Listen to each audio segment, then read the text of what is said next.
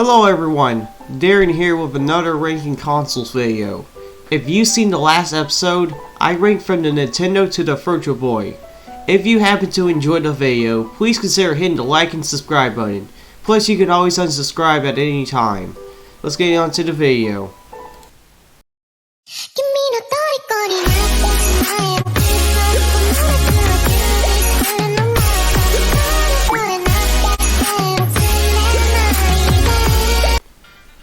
The first console of this episode that I am ranking is the Nintendo 64, also known as the Nintendo Ultra 64.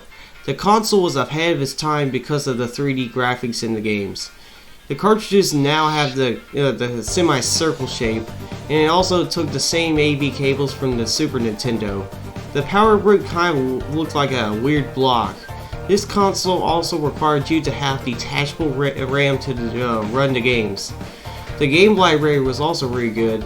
The controller looked alienish. On the left side we have a standard D-pad, and in the middle you will see the analog stick, sometimes very easy to break due to the Mario Party games. And on the right side we have a green B button, a blue A button, and the 4 C-stick buttons to move your cameras. On the top you will see 2 shoulder buttons, and in the back of the middle you can see a trigger for your CR. This is going to be in the S Plus tier. Next on the list, I have the Game Boy Advance.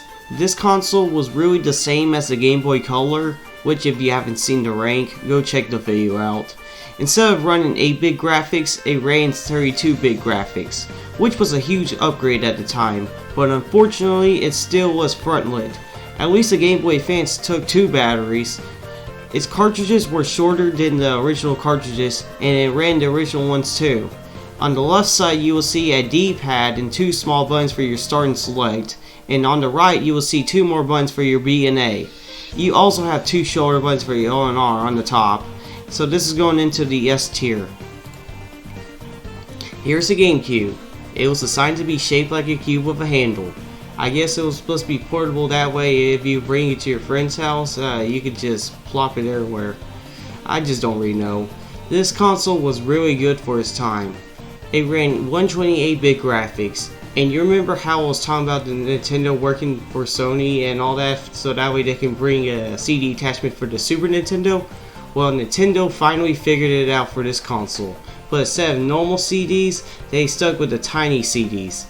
On the front of the console, you will see 4 control ports and 2 memory card ports.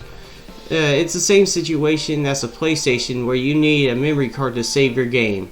Nintendo stuck with the Super Nintendo AV cord again for this console, and the power brick looked like another weird box. The controller was really improved from the Nintendo 64 on this one console. On the left side you will see an rectangular decided analog stick, and below that is a D-pad. In the middle there is a small gray button for your start button. On the right side, starting from the top, there is 2 gray buttons on your Y and X buttons. And in the middle of all that there is a green A button, and below the A button is a small red B button. And something new they added is a small yellow right stick for your camera movements. On the top of the controller there is 2 triggers for your L and R, but they are analog.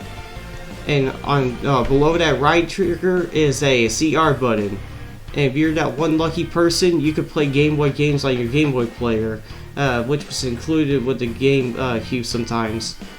And the game library was really good, so I would put this in the S++ tier. This is the original Nintendo DS. This is another revolutionary handheld for its time.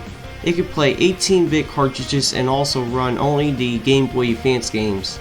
It has 2 LCD screens. The bottom one was touchscreen, and many games took advantage of this touchscreen.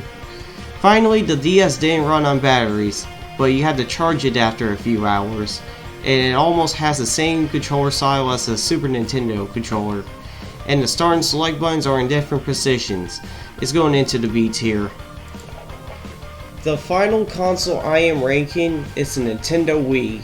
I had a lot of good memories with this console. They upgraded the CD space for the games.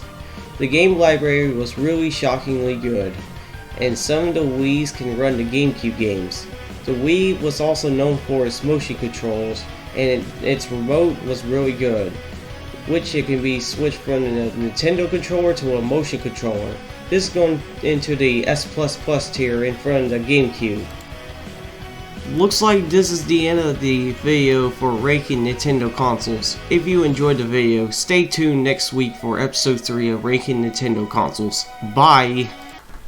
Like matcha.